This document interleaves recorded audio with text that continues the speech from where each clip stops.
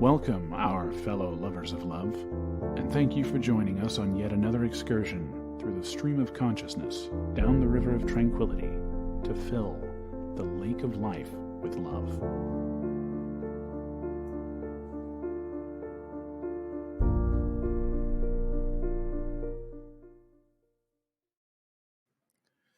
Good evening. We're coming to you tonight live from our romantically warm, we'll call it, studios. Romantically warm. It's balmy. It's fairly warm in here tonight, which means we're really officially hit spring. California spring lasts about 3 weeks. so let's enjoy it while we've got it before we enter the dog days of summer, which last a very, very long time. But speaking of dog days, we're talking pets tonight.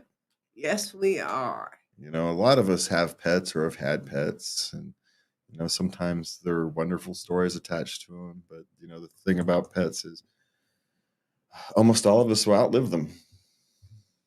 Yes.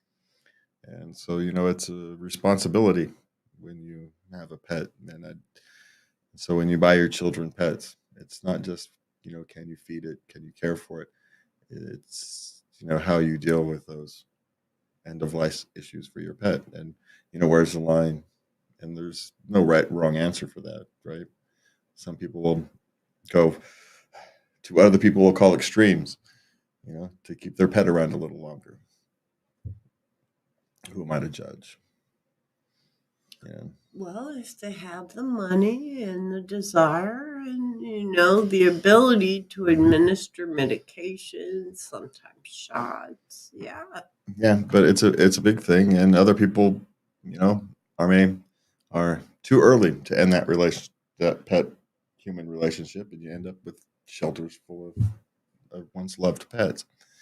And so there's got to be a line between there somewhere. And I hope that's where most of us kind of live, in the line of kind of reality. Pets are part of the family, but like every other part of the family, you know, there's times to let go. And how far do you take that? You know, we all have different answers to that. So just be empathetic, I think, as people are dealing with those issues, because pets bring you immense joy. But with that joy comes much pain. Yes, it does in the end. In the end, it comes with that much pain. So, you know, it's just fair warning, you know, as you go down that journey, because we all love our pets, each one of us. So before we get on to the pets, you can reach out to us at love@latenightLove.us. Oops, that's the wrong one. There you go. Love@latenightLove.us. You can always find links from articles and whatnot we discuss at latenightLove.us. And those are updated before we go live. It's kind of the one show I produce where I actually manage to do it before you go live. And you know why? I have to get this done before we go live, like not another show? Why? Because you'll yell at me if I don't. I know. I do this on Monday. I used to do this on Friday night, and you said do it earlier, do the research earlier so I could advertise it. Yeah, and like tonight, it was 2 hours before. But in my defense, I had another stuff to do tonight. I had other shows to do, but I should do it earlier. You've been busy lately. And I should put some graphic packages together and things like that. So, but I'm not good with graphics packages. So I don't have the artistic internal eye, which is something we should probably discuss about, you know, someday soon. What is it called? I want to say Fantasia, but that's not right. That's the Disney movie. But there's the thing when you don't see pictures in your head, like when you read, some people see movies and pictures in your head. Yes. And I'm one of the 1 to 3% of people who don't. And so, and I keep forgetting what it's called. It's some word that I mispronounce every single time. It's something like that reminds me of Fantasia, and that's what sticks in my brain because it is what it is. And since I can't pronounce it properly, I can't say it, respell it properly. And it's always have to look it up. But that's the nice thing about the internet. You can just look it up and say, what's that thing where people don't, and it comes right up. So anyway, that's a future topic for us to discuss. Okay. So anyway. All righty. So for tonight, we're talking pets, which is funny because our cat is a year old. He is a teenager. and he acts like And he it. acts like a teenager. Well, he's a cat, and he's actually quite lovable. He's very nice, but he's going through the teenage thing, so he's also very rambunctious. But he's not the swiftest cat. He takes a long time to learn things. Except he took to the litter box quickly. He didn't. That wasn't any trouble for He him. has never had an accident.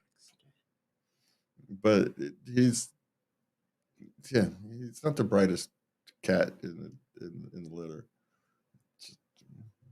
But he has the loudest purr. Yeah, no, the cat purrs nonstop. He's very friendly, except when he's scared, and then he's scared all the time. But he's also very curious. So It's a poor strange combination. Poor kitty, being very curious but scared shitless. Yeah, it's a bizarre combination for the poor cat, and he's not all that graceful, but he's actually quite athletic, and so that's another strange combination because We got parkour kitty. he's just and he's a cat. He kind of does his own thing, but yeah, he's like any other animal. He's got his quirks, so you just have to think through that he doesn't think through anything. Even if it's happened before, again and again, he still doesn't think it through. He doesn't think it through, no. No, which makes his teenage years, right? He's a year old. He's going through the teenage years. So anyway, that's kind of our cat experience. The last cat, another black cat, was completely different. Well, she was a lot older when I came to live with you. Yeah, but she wasn't as friendly. It took me forever to get her to touch her paws. She didn't like me to touch her paws either. No, but I eventually got her to not mind. I'm not going to say she liked it. I'm just going to say she didn't mind. You be gentle and you try enough times, and she'll eventually she realizes you're not going to hurt her or anything. She must have gotten stepped on or something a lot before, and so she was very sensitive about her paws. But yeah, she was a loner kitty. Yes. Yeah, he's very much a social kitty. Yes. Yeah. So it's just difference. Animals are as different as human beings. So, all right. So, what do you want to start with tonight, love? Well, first we're going to talk about how to know you're ready for a pet. First, you have to think about what is your motivation. Are you looking for unconditional love, loyal companionship, an exercise buddy, snuggle buddy? What are you looking for? Yeah, because you also want to know why you're doing it, which is kind of you're making a long-term commitment, right? You've got to understand what you're doing. Now, science has determined there are proven health benefits to having a pet, such as low blood pressure and combating depression. Yeah, and not all pets have furs. Let's be clear. Some people like snakes or birds. Those kinds of things. Yes. Yeah. So we call them fur babies because most people have cats and dogs. But this benefits extend to other types of Yes, animals. they do. Yeah. First, and then you have to decide, is your living arrangement stable? Yeah, one place, one apartment lets pets, and then you have to move, and then the next one doesn't. And that is the number one reason why pets are turned into shelters. Yeah, and there's, especially if you have dogs, there's liability issues to contemplate.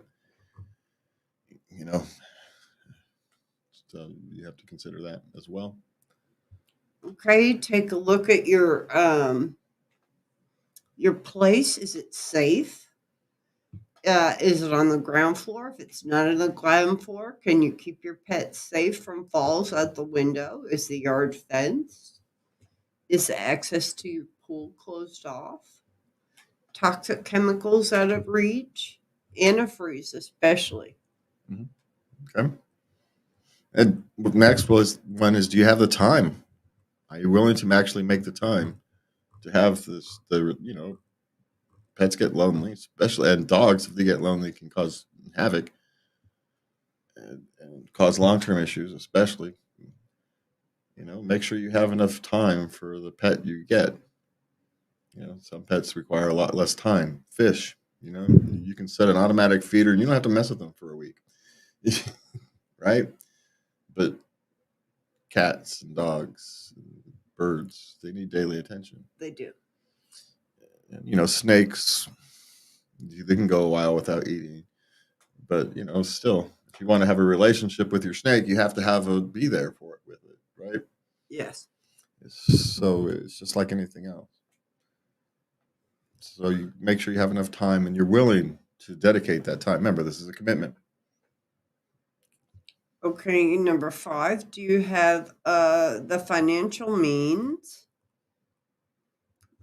You need to have food and shelter, beds, toys to play with, a crate, pet carrier, pet door, grooming products.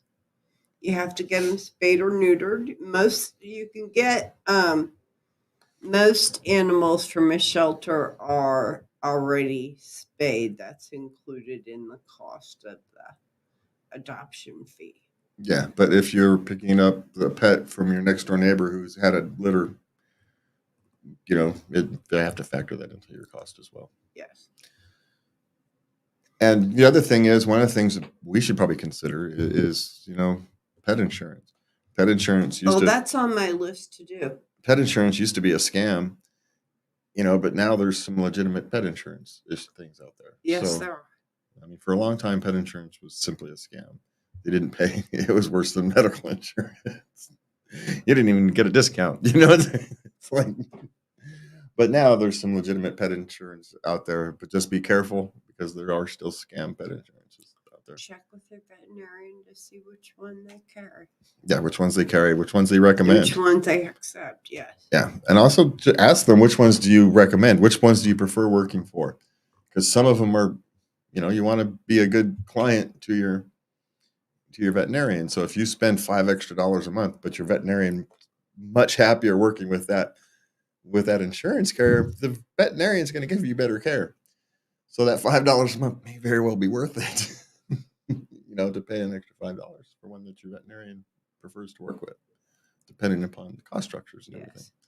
So, these people are great. They pay right away. They don't really hassle us. These people give us a hassle and they take a long time.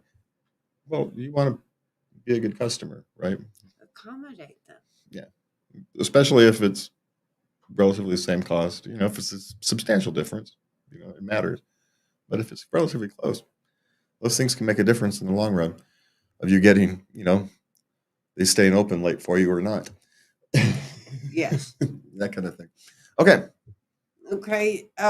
You have to have everybody in the household on board. Yeah. Well, now I'm not necessarily saying the entire family has to enthusiastically support the decision, but they have to at least not be antagonistic to the decision. If they don't care, and okay, I'll do my part. Just don't ask me to clean up its poop.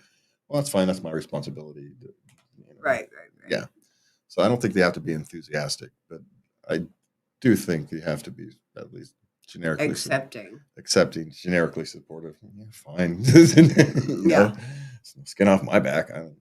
But you also be considerate. If someone has an allergy, you have to do your part. Maybe choose a different pet. Make sure you get the pet treated or whatever it needs to be. Yes. Yeah. So, and especially now that we have, emotional support animals and all that, we all have to be empathetic to each other. Just because you need an emotional support animal doesn't mean you get to impose an allergy on your roommate. We all have to work together. Okay. If you have family, the next one is your kids have to be old enough to respect the pet and not pull its ears and all that kind of stuff. Try to ride the dog. Even though that happens, right? Yes. Especially if you got a big dog and small children, they're going to ride the dog. It's just going to happen. And know your dog's temperament. Some dogs are perfectly fine with it. And, when they they want to stop, they'll just shake them off and go lay down. And other dogs, will be fine with it until they're not, and then they start snipping. So you have to know your pet as well. But you have to understand that those kids, it's a short period of time where that could actually happen. So it's probably better not to let them because it builds a bad habit. But again, know your pet. But again, making sure your pet understands that not to play with the food, especially while it's eating. Know how the right type of play, and how, especially like with cats, if you've got young cats and young children, accidental rough play can happen, and you end up with both hurt. Yeah. And so, you want to take care about these things. All right. So what's next? This one says, do I promise to take steps necessary to ensure my pet doesn't end up in a shelter? Now, they're talking about having a collar and a tag on your pet, or microchip. Right. Because oftentimes lost pets, they'll end up in shelters, and there's just no way to find the owner. It's very sad. Yeah, and especially with microchips, it's very easy these days. Oftentimes, those are included in the adoption fees as well. Yeah. So, get it done when you adopt it. And again, strongly consider it if you pick up the pet. It's not that expensive. No, because the expenses are really just the cost of, getting the number and shoving it into the database. That's the only real cost. Shelters and veterinarians would prefer, this is one of those things they do at cost because they want it done to as many pets. They're pet lovers too, That's why they work in that's why they work in the industry. Now they've got to earn a living and whatnot, but they're not going to charge you much more than cost to do those things. So we encourage you to do that as much as possible because, like we've talked about earlier, pets are family members too. And that's one of those things we want to remember. All right. So what are the most common pets? Right? We talked about cats and dogs. Okay, dogs are the most popular. Now, I found this fact interesting. There are 76 million pet dogs in the country that are cared for by 48 million households. This means that that each household has an average of 1.5 dogs. Yeah, that's a lot of people having 3-4 dogs to make to balance that out. Yeah. Yeah. All those little dogs, the big dogs, it comes in all shapes and sizes, but you wonder at some point, are they trying to create a family from pets rather than because they have a broken family or broken connection to their family? At some point you have to question why you have so many pets. The need, back to the number one thing, why are you doing it? Yes. What's your motivation? Yeah. Okay. Number 2 is cats, of course.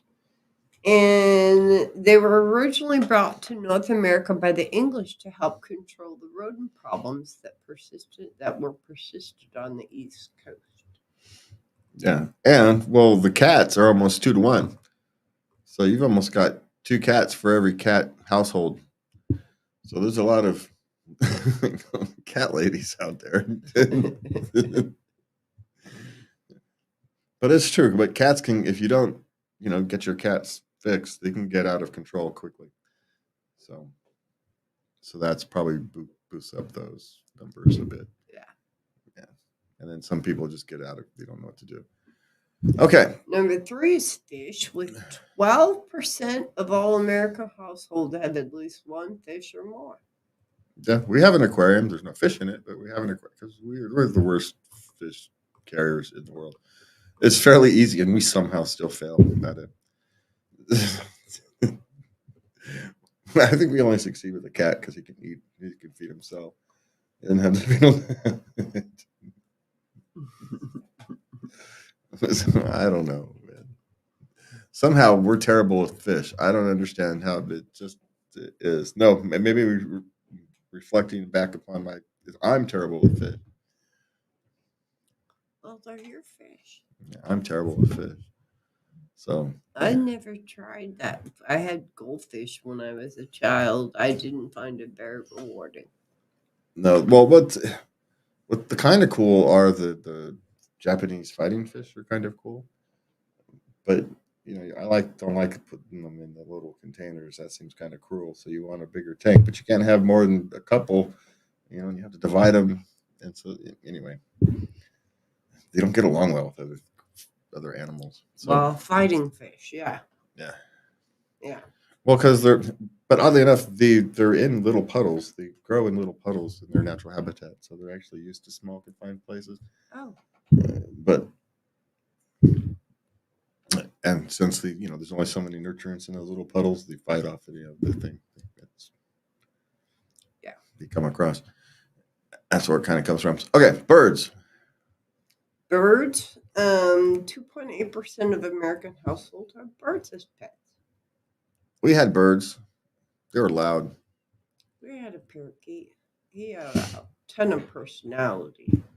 They were loud. We had a crazy one. Of the number of parakeets we had, they were a crazy one. Okay. Okay. And number 5 is reptiles, snakes, salamanders, iguana, and all types of lizards. Yeah. Okay. And there's 9.4 million reptile pets across the United States.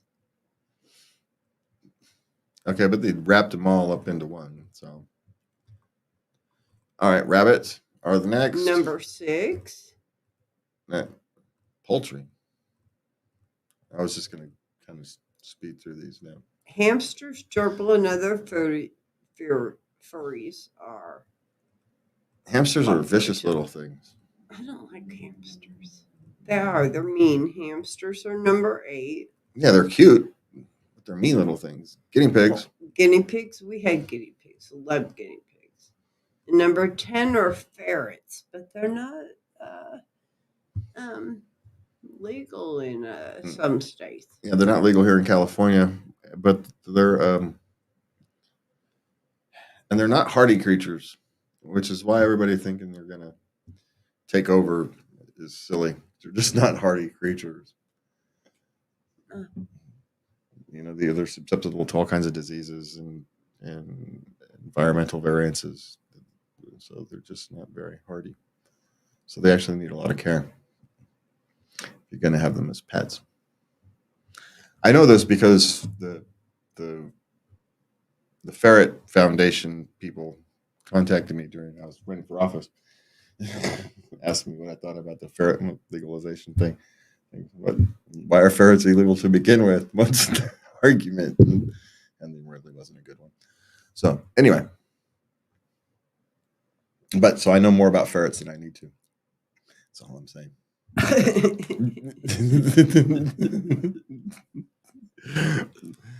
The issue, it was an easy issue for me. I didn't need to know details, right? But they told me anyway. No, I agree with you on principle. I don't need to know the details. Oh, you can tell me anyway. Okay. Sure, you want to feel heard. I get it. I'll listen. So that's how that one went. All right. Now, this is the other one. Pet spending statistics.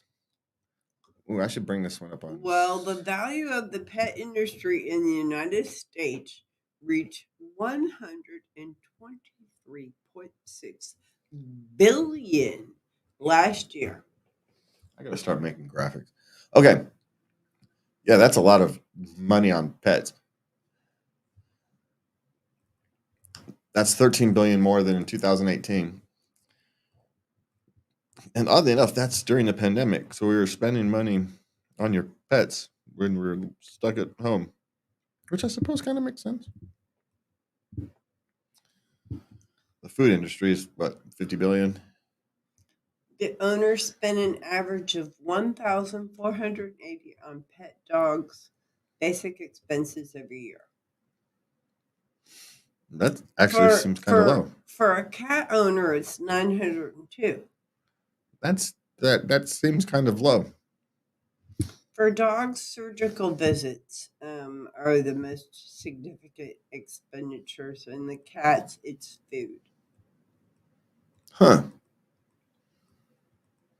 Interesting. You would think that would be dog food. Anyway, okay. That also seems low to me, but I suppose it's average. So it just seems low. Okay. So, number 3, apparently, millennials and younger generations are willing to buy a house with a backyard for their pet to run around. Yeah. Makes sense. You want a yard for your dog. If your dog's part of the family, you want to think about him as well. It makes sense.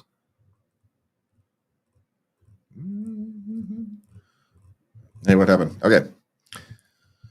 Over the past decade, the amount of money spent has more than doubled. So we're spending a lot more money on our pets. So that's interesting. But I wonder why, because pet food hasn't gotten that much more expensive. So what else are we? Is it veterinarian visits and that kind of thing? Yeah. Yeah. Okay. We're just taking care of our pets better, or Yeah. But only 2.48% of all pets in the U.S. are insured. well, that makes sense because one, people think of pet insurance as a scam because it used to be, and so until that segment of the market cleans itself up and makes it more clear what is covered, what isn't covered, and all that kind of thing, they're going to have a problem with that. Okay, so what's next? I got lost. Number 7, the rising pet insurance market had more than 2.51 gross in written premiums in 2021. The average annual pet insurance premium for accidents and illness in 2000, these are 2001 statistics, was $583.91 for dogs and $342.84 for cats. That's not too bad. That's for a year. Well, depending upon what it covers, and you're gonna have to think about, okay, what kind of end of life care do you want for your cat or dog, so you get the proper type of insurance for your. Again, it goes back to how we talked about at the beginning. Think through how you want to make these decisions. Think through it now so you don't have to do it later. Make these decisions now. So at the time, you've already made the decision and you're just executing the plan. Yes. And, take some of the stress off to make that monthly insurance for accidents is $19 a month for dogs and $11 a month for cats. So, right. So if you're just talking about accidental coverage, So anyway, it's not all that expensive. So if you have an outdoor pet, then then that would definitely make sense. They may have, well, if you have an outdoor pet, it may cost more. Maybe. Yeah, probably. Well, it's because the risk is higher. So you expect to pay more if you're at a higher risk. Anyway, that's just the way all insurance works. If you're a bad driver, you pay more than if you're a good one, right? That's just how insurance works. All right. Well, apparently, during COVID, 14% of previous and existing pet owners got new pets during COVID. And the pet insurance field, it increased dramatically. Yeah, because those are the people that know that they need pet insurance, and then so they looked into it, and hopefully they found some of the companies that are good. Pet apparel? Oh my God! Stop dressing your pets. Why? I wanted to start getting outfits for Ramses. Oh, that's gonna go well. Little hats. Yeah, he's just tolerant enough to let you put it on before he rips it off. He is just tolerant enough to let you put it on, but I don't think it's going to last very long. And it's not going to happen twice. Well, okay, he's kind of dumb. It would happen a couple times before he learns. And let's be honest. For Christmas, Halloween. I could see maybe for a goofy picture, or if we're doing a skit here, wanted to take a picture for our social media, right? And you put him in it. All right, I can see it. He would not be a happy kitty, but I can see it. But not like as a normal course of day-to-day life where you're buying your cat your pets shirts and booties and stuff. Now some pets have a medical need, or if you're in a cold area and you got a pet that doesn't have much hair, okay, some of these things are health and safety related. That's a different story, right? Just don't dress your pets all In tutus. not on a daily basis. You want to do it for a goofy picture or something, for your yearly Christmas card. Okay, fine. The pet's gonna hate you, but that's fine. He'll get over it. But don't do it on a daily basis. Stop dressing your pets like a person, please. Anyway, that's my own personal thing. I get you want to do it for a thing. If there's a simple reason you do it for 10 minutes to get your picture or whatever, or video or whatever. All right, fine. It's a pet. They'll get over it. All right. So what's next? Before I an estimated 45% of cats and 39% of dogs in the U.S. are considered overweight or obese. Really? Yes. Do they judge obese like they do in humans and just kind of draw a random line and claim it's obese after this one? I don't know. I take those kind of claims with a grain of salt, but it does bring the difference just to make sure your pet, even if it's an indoor cat, gets exercise.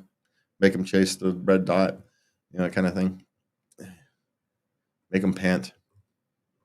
It's okay. Even though they tend to get lazy and just lay down and stop.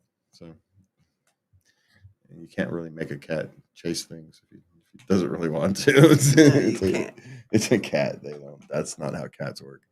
All right. Americans spent $1 billion in dog walking services in 2022. Well, I suppose that's one way to meet your commitment to make sure your dog gets enough exercise. If you're busy and you live in an urban area, rural areas, you just let your dog run off in the backyard. But if you're an apartment dweller in New York City, you got to have someone walking your dogs, or you've got to do it. So, yeah, I can see it.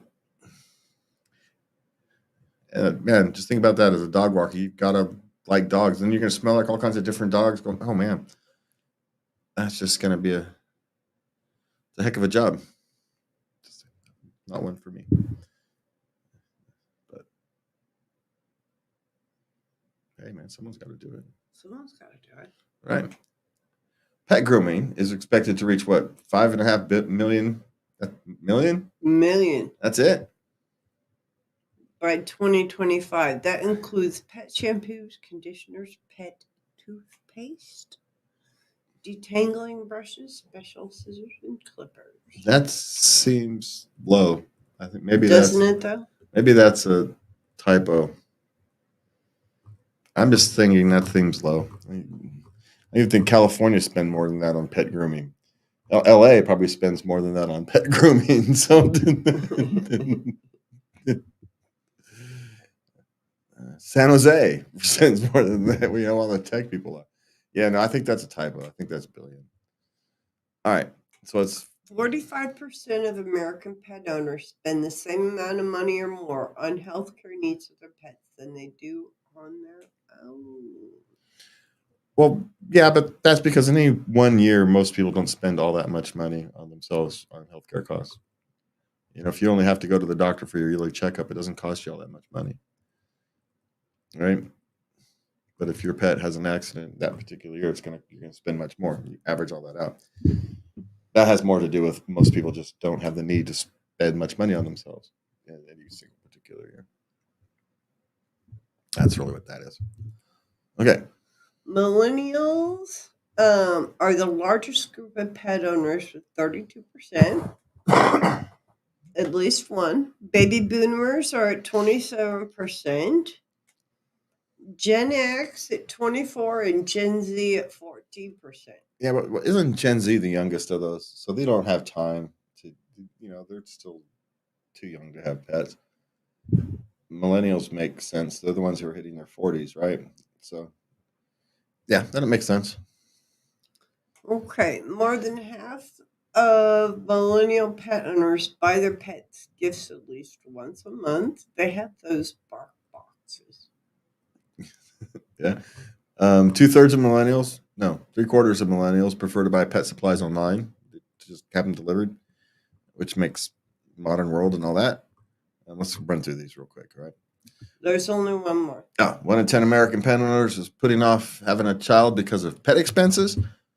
If that's a decision you should have thought about at the beginning of the whole experience, right? Back to why are you having pets and all that.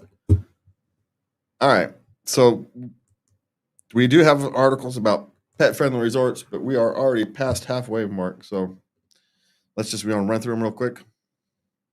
Or somehow I can't see anything.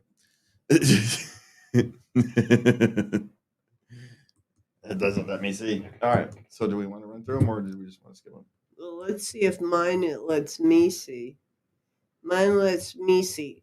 Top 10 pet-friendly pet resorts in the United States. Okay. All right. So I've got something of it. There's Inn by the Sea, Cape Elizabeth in Maine. Okay. That's a heck of a resort for a pet. You can dine. Dogs are even permitted to dine with humans in the fireplace lounge or al fresco deck on the seaside deck. Okay. Here's one that's more for most of us. The Ritz-Carlton. Various locations are pet friendly, so that's nice. That's good to know. Yeah. The Grand Hyatt in Vail, Colorado. So if you want to go skiing in luxury and take your dog, you can. Not that any of us listening to this are going to be able to ever do these things, but hey, the Don Cesar at St. Pete Beach in Florida. Okay. Yeah, you can bring up to 2 dogs. My guess is if you give them enough cash, you can bring more. All right. Kimpton Hotels.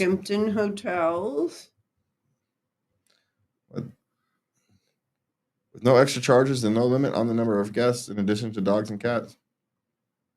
Have hosted Emmeline in Charleston, North Carolina. Can I point out that last one, the Kimpton Hotels, they have hosted llamas, hedgehogs, goats, micro pigs, penguins, chimpanzees, and other breeds and species of all sizes. So some of these places are very pet friendly. Yes. I just caught the llamas thing as I was thinking by, and it caught my attention. A llama. It was bringing a llama to a hotel, but I guess somebody did. Emmeline's Charleston, okay. Hard Rock Hotels in some cases. Various locations, yeah. I guess with all those rock stars traveling to the hotels, you kind of have to. They even have customized pet tracks available on Spotify. Okay, then. The Wolf Cottages in Nantucket, Massachusetts. All those rich people with their pets need to be able to bring them. And Aloft Hotels, again in various locations, have a Animals Are Fun program. So it's mostly dogs, it looks like. Passay Hotel and Spa. You can take your dog to a spa. Includes the Saw Pup Play Park for their dog. Nearby Huntington Dog Beach. It's 2 miles. They have a lifeguard station dog house. Mostly dogs. So for your cat owners, just you have to go to some of these other ones that are. What is it? Like the hotels associates will take care of your pets in some of these places. Wolfgang Bakery and some of these. Anyway, So there's lots of options for the, if you're willing to drop some money on your pet during your vacation, or if you want to take your pet with you, I suppose I can't explain why you wouldn't. Pets are part of the family, but I tend to want to get away from responsibility on vacation, so leave the pet with somebody else. Go on, but Yeah. the pet doesn't care. He doesn't know what Hawaii is or Nantucket. It's still food in the bowl for them. They're just happy being around you, right? That's what their thing is. But if you never leave them, they never know how much they miss you.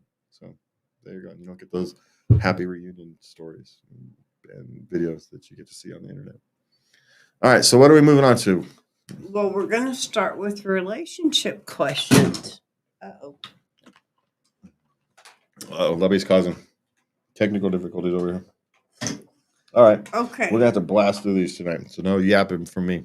Okay. How do I, 20 female, decline a date with a coworker, late 30s or male, early 40s, without making things awkward? Well, you could say, I don't date at work. No, because then you're stuck if you ever wanted to date someone else at work. Just say, I appreciate your interest, but I'm not interested. I'm not interested.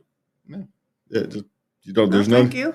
There's I appreciate the, I'm flattered, but I'm not interested at the moment. Just move on. That's the only way to really You can keep it pretty light. Yeah, just keep it. There's no reason to make it awkward, right? And overthinking it and over reject is going to make it awkward. So just be simple and plain and clear. That's all. Yeah. Okay. That's the only way to make it awkward. Don't mention it or you're too old or any of that. Just say, I appreciate I'm flattered, but no, thank you. Really, it's the only way to do it. It's that simple. Okay. Should I, 31 male, break up with my girlfriend, 29 female, for wanting to get married? Well, if you never want to get married, yeah, that's a question you're not going to want to get married to her specifically, you owe it to her to tell her. Yeah, this is a question you two need to discuss. And, maybe it's your definition of marriage. Maybe she wants the committed relationship, and you're willing to do that part. You just don't want to get the ring and this piece of paper, and maybe you can find a compromise. Or maybe you are two fundamentally different on different tracks in your life, and you like to hang around with her, but you don't see yourself having a family and long-term relationship with her, but she wants a marriage. Well, now it's time to, say, well, okay, great. I appreciate our time together, and move on. But don't have that discussion with us. Have it with her. You knuckleheads. What the hell wrong with you? Have the discussion and see which one of those is the case. Or you want something fundamentally? Do you two want something fundamentally different out of the relationship, or is it a difference in semantics? Because there's a lot of that these days. Or it's a difference in semantics. They're willing to be fully committed. They just don't want to go through the hassle of the wedding ceremony and signing a piece of paper with the government and all that kind of crap. They're perfectly happy to be fully committed. They just don't want all the extra fluff. Yeah. So find out which one of those two it really is. And if it's the first one where you just want different things out of life, then yes, it's time to split up and go your separate ways. You owe it to her to let her be free, to search for someone that wants what she wants. You owe it to yourself to not be, not be stuck in something that is ultimately not going to make you happy either. Mm-hmm. So why make both of you miserable? So anyway, find out what it is and then move on. Okay. 25 male dating a girl, 24 female who always late to dates. Should I bring this up with her? Well, it's irritating you. So, at some point you should bring it up with her, but just tell her everything's a half an hour early and does it later than it is, earlier than it is, and then she'll be on time. And then when she asks you about why you've asked her about 3 times, she'll notice, and she'll ask you, why do you do that? And says, well, so now we're actually, so it's more for me, not for really about her. you're an on-time person, and she's loose with time, and you're going to have to either decide to accept it or not, because she's never going to change. People who are loose with time are loose with time, right? They can try to change to be better. They just can't, right?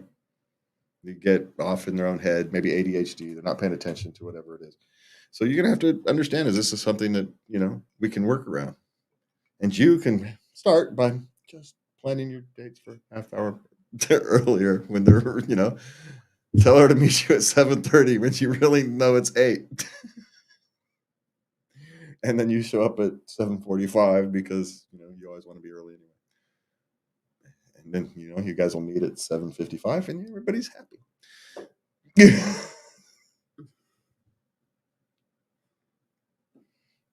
I'm just saying, that's how you deal with. You're either going to have to accept it as a fundamental personality quirk, and you're just going to have to learn to live with it and deal with it. Well, I used to be late a lot, and it had to do with anxiety. Yeah. So Yeah. So let her be. Just plan your life. Accept it. You're gonna. It's one of those things. You're gonna have to learn. Is that something you can accept in this relationship or not? I got better by planning half an hour to be ready half an hour before I need to leave. I am ready now instead of getting ready half hour before I need to leave. I am ready half hour before I need to leave. Yeah. So, but it takes time to get there, and so I'm 60. I just learned this. And she might not be there yet. So she might not be able to get there until she's accepted for who she is. So there is that clue there too, right? You didn't get there until you were accepted for who you are. I just, she's just going to be running late. It is what it is. And I don't like running late. So I know that's what motivated me. It was causing you distress. yeah, but I didn't get worked up about it. No, but I could tell. Yeah. So anyway, because we cared and love each other, guess what we did? We worked it out. We worked it out. That's how that works. Okay, next one. Okay. My fiance, 31 female, wants her mother, 64 female, to move into our new house with us soon after our wedding next spring. I, 32 male, am against the idea. How do I get out of this?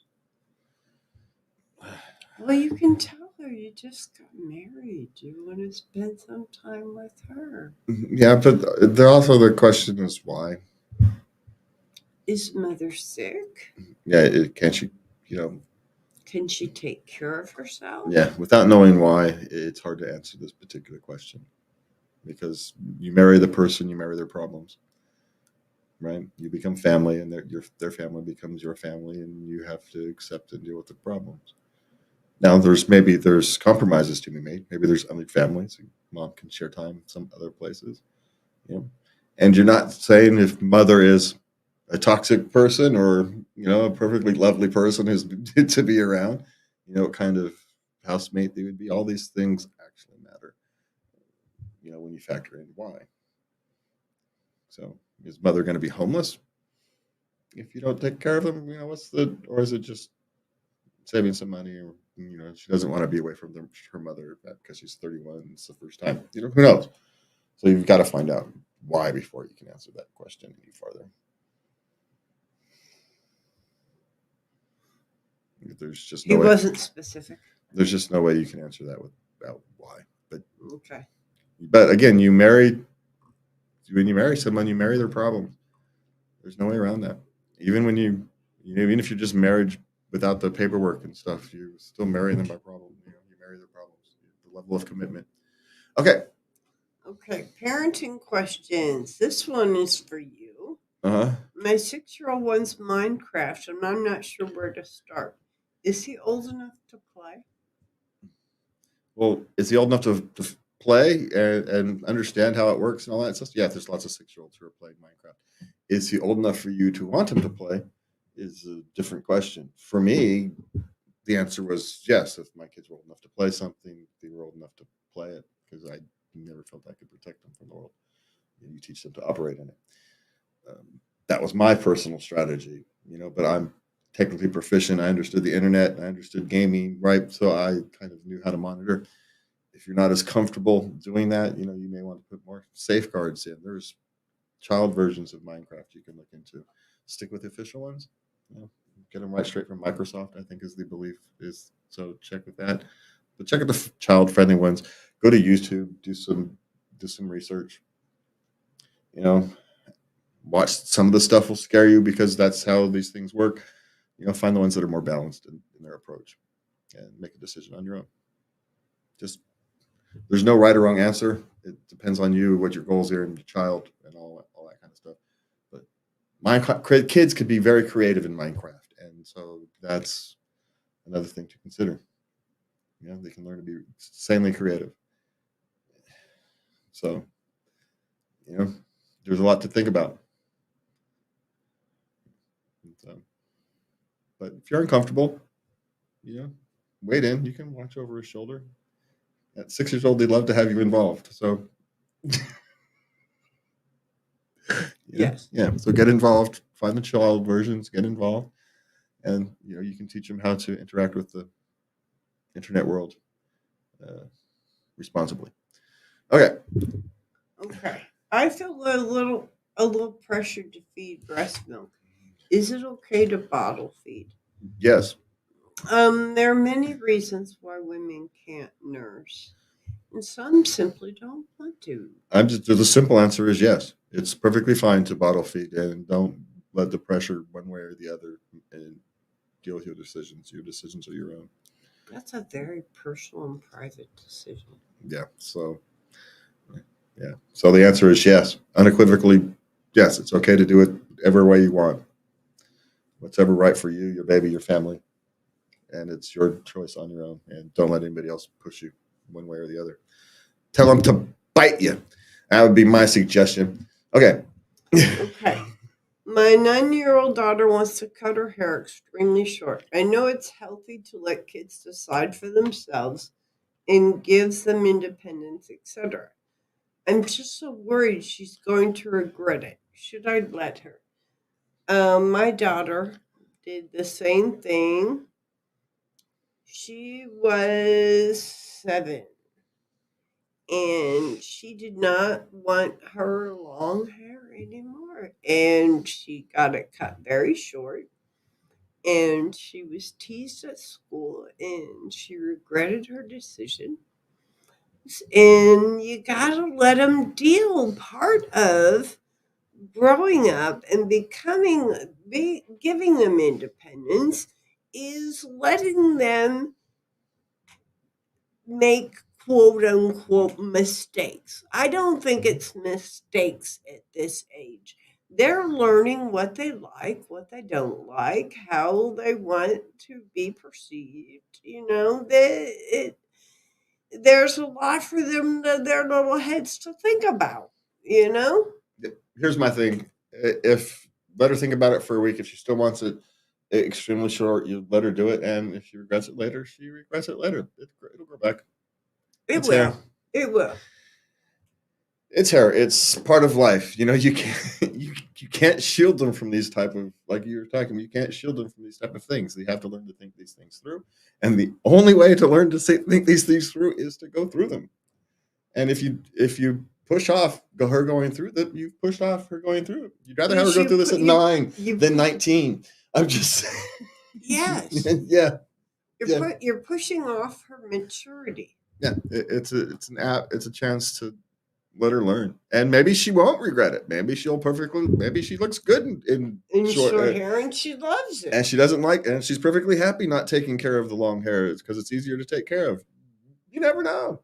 There's lots of people who like their hair short, and whether the rest of the world thinks it looks good or not is, quite frankly, not freaking relevant. If they like it, they like it. That's what's important.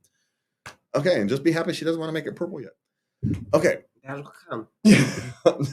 Okay, what's next? App suggestions to motivate kids to do chores. This question goes back to the tiles and tablets and stuff from ancient Egypt and Greece. It's the same kind of questions, right? Throughout the history of time. It wasn't an app, but how the hell do I motivate my kids to just do the basic things? How to not be a waste of space? It's the same. The easiest way to motivate any kid to do chores in any era of history of time is money. And some kids will be more motivated by money than others. Some are by responsibility. They feel the responsibility. They understand their role in the family, and they pick it up because they're responsible human beings. And some, generally the middle child, is just like, no. And how you deal with those? You find out what motivates them, and you attach it to that somehow without creating a punishment. You don't want to make it a punishment. You don't make it an incentive. Hey, you want to go skateboarding off with your friends? Great, fine. I need the yard cleaned and I'll give you $30 to go do it, and you guys can go off and have your fun.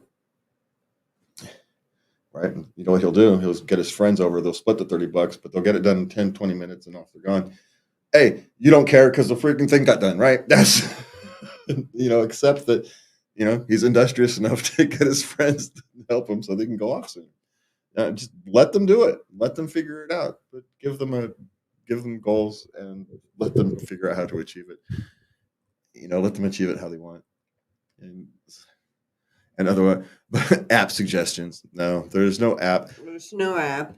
I mean, maybe if you're a highly religious kid, there's a religious app that will help them do it. There's some things like that. Well, if you're highly organized and you like lists, like I do. Or if there's an ADHD as an issue, right? There's apps that can help them organize their ADHD and deal with that, and they can get more chores done that way. So specifically understanding your child, there may be, but generically speaking, with the generic lazy teenager, get good luck. When I figure it out, I'll let you know. Yeah, I've raised 5 kids. When I figure it out, I'll let you know. Some just do it naturally and some don't. Okay. We've got 4 minutes. We're skipping to sex. Okay, sure. Okay. He had an ongoing orgasm for almost 10 minutes. Is that normal? No. He has an ongoing... He did.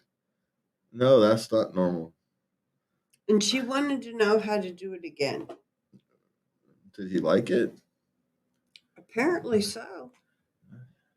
I might bring that up with the doctor, but, men can't have orgasms without ejaculating. It does happen.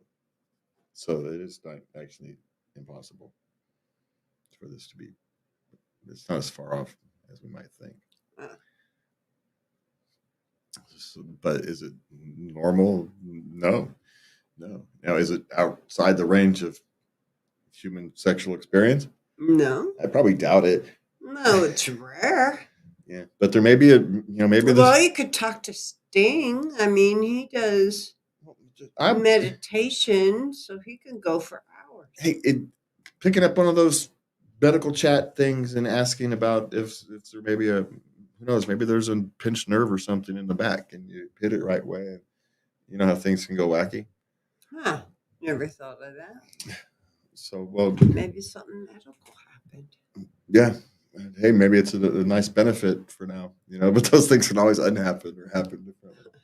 So, maybe there is something to think about there going forward. But repeating an experience is awful hard. Like that, yeah. That's like that's lightning in a bottle, man. Unless there's a Rubik's Cube answer to it, and if you can find, maybe there is. But how'd you do it the first time would be where I would start. How am I supposed to tell you what the hell you did? Gonna have to back up that memory there. All right. All right. I'm scared of sex because I don't think I'll like it. Am I asexual? No, you're sexual phobic. I'm not sure that's the actual word. But because I don't know the actual word. But no, being afraid of it is not. You're afraid of it, so you don't think you'll like it. It's not. You don't think you'll like it, so you're afraid of it. That's not how that works. You're right. Maybe there's some trauma somewhere. Maybe you repressed memories. Maybe you've watched too much violent porn. Who knows? Who knows what the cause is? But it's probably something to talk about. Find a professional and have a discussion. Because it's perfectly fine to not be interested in sex. There's nothing wrong with it. It's not even all that unusual. But you shouldn't be afraid of it. You should just be not interested in it. And it's that scared part. It means there's something wrong in your processing. Right? You don't think you like it, that's fine because you haven't experienced it before. Lots of people don't think they'll like things they haven't experienced before. But that fear thing, maybe you have an anxiety issue. I think it's time to talk to a counselor. Yeah.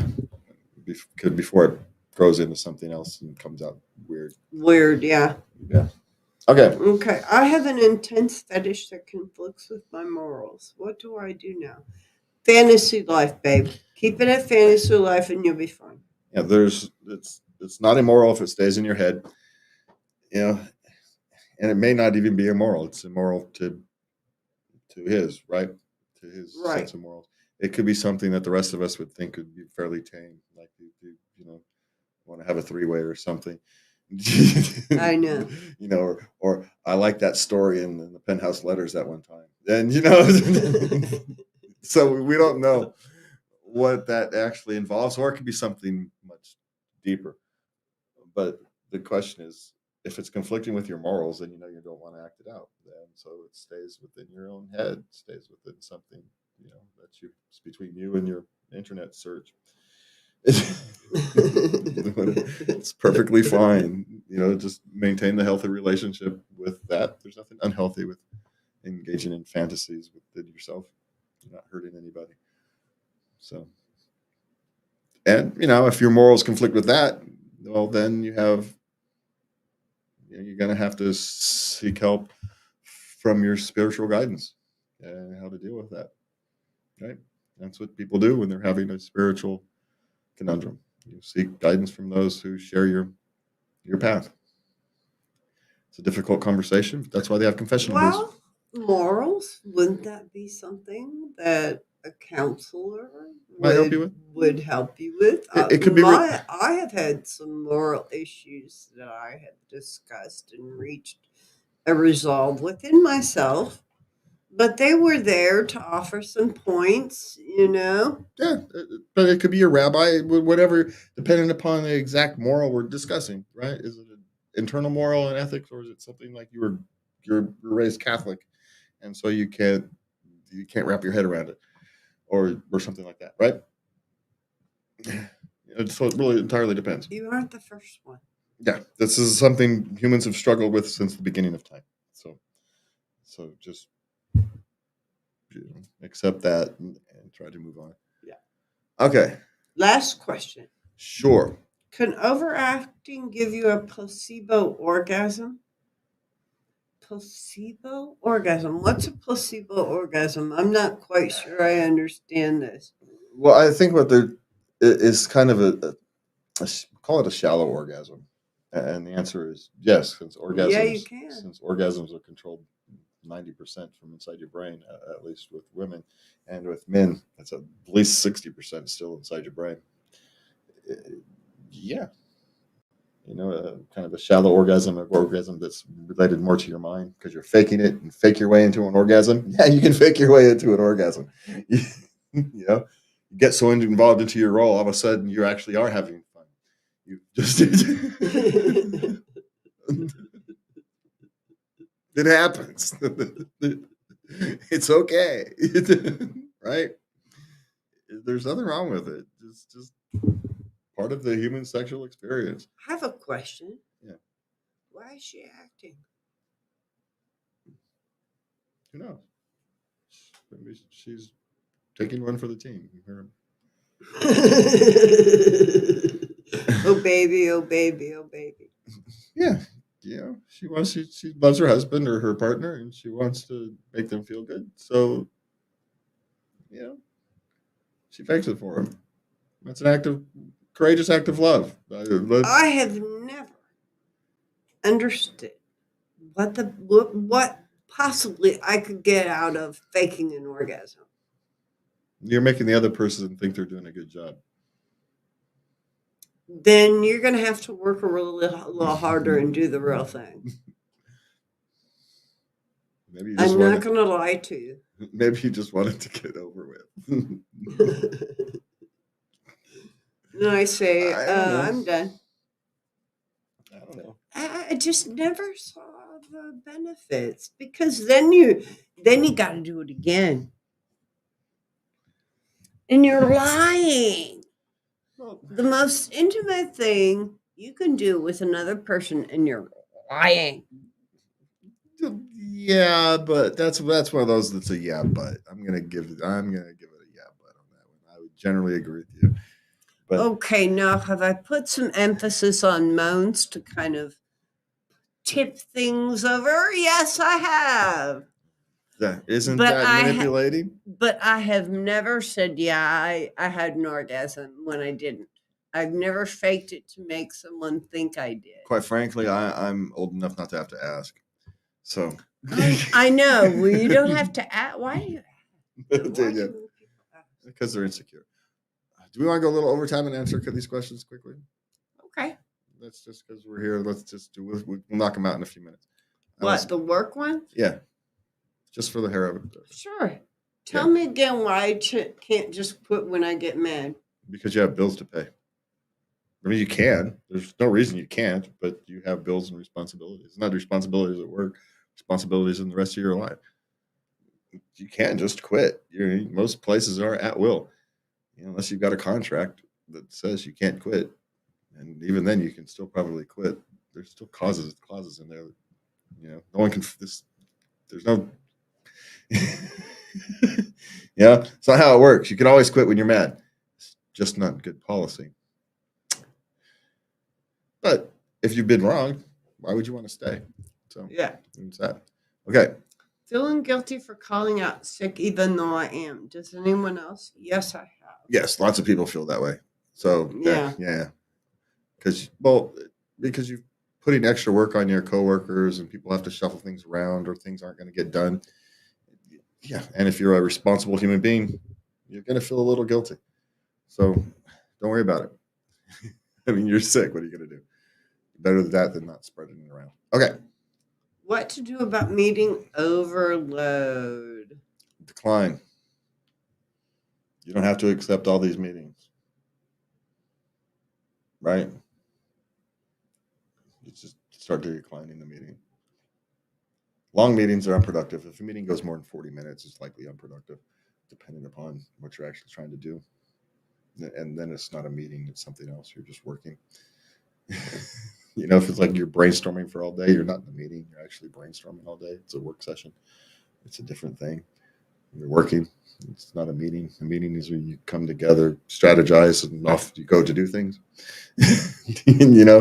And meetings to make sure everybody's still heading in the same direction. That only takes half an hour, 40 minutes. If it does that, you're covering too much. It takes more than that, you're covering too much. Sometimes you have to. Sometimes our organization, we only meet once a quarter. So sometimes meetings have to take a little longer because there's lots of stuff to cover. But if you do a lot of work behind the scenes, you can get through them really quickly and still get it in a reasonable time. But what to do about it is start saying no to the ones you can, to the ones that are unproductive. That's it. It's the only thing you can do. And if you don't have the power to say no, then you're going to have to start talking to the people about, hey, these are too many meetings. I can't get my other work done. What can we do about it? And so that's the way to deal with it. Okay. Can my boss give me a shift without asking less than 24 hours in advance? Well, okay, let's understand how this works. Can they try? In most states, probably. In states like California, probably not. But just because they give you a shift doesn't mean you actually have to show up. You have power in this relationship as well. Your boss only has as much power over you as you give them. And might you have to go find a different job? Sure, but why would you want to work someplace that's going to throw you a shift in less than 24 hours? If that said, hey, we need someone to come fill in. Can you do it for us? Right? So that's me. You don't work for somebody who's going to do that without asking. And until people start telling them no, they think it's okay. So the only reason they think it's okay is because people have been saying yes. You as an individual have more power than you think. You don't need a union for you to say no. Because they're not going to want to replace you. If you're half decent at your job, they're not going to want to replace you. So that's my advice there. But again, back to the first one, why can't you just quit when you get mad? Because you've got responsibilities. So these things you may have to prepare before you do that.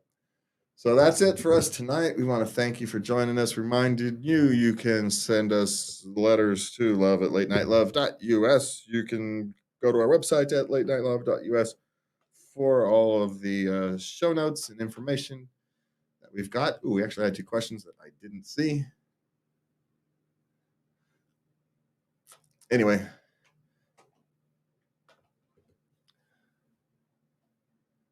Aha.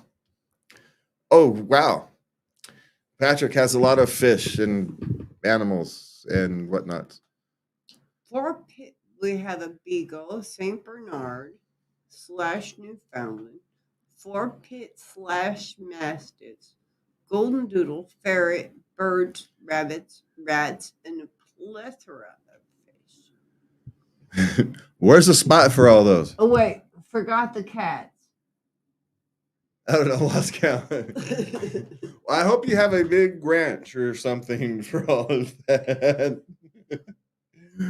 But hey, animals clearly give you joy, and I think that's what's most important, right? Is that we take care of our animals, and our animals will take care of us, right? That's how the mutual relationships work. We love our animals.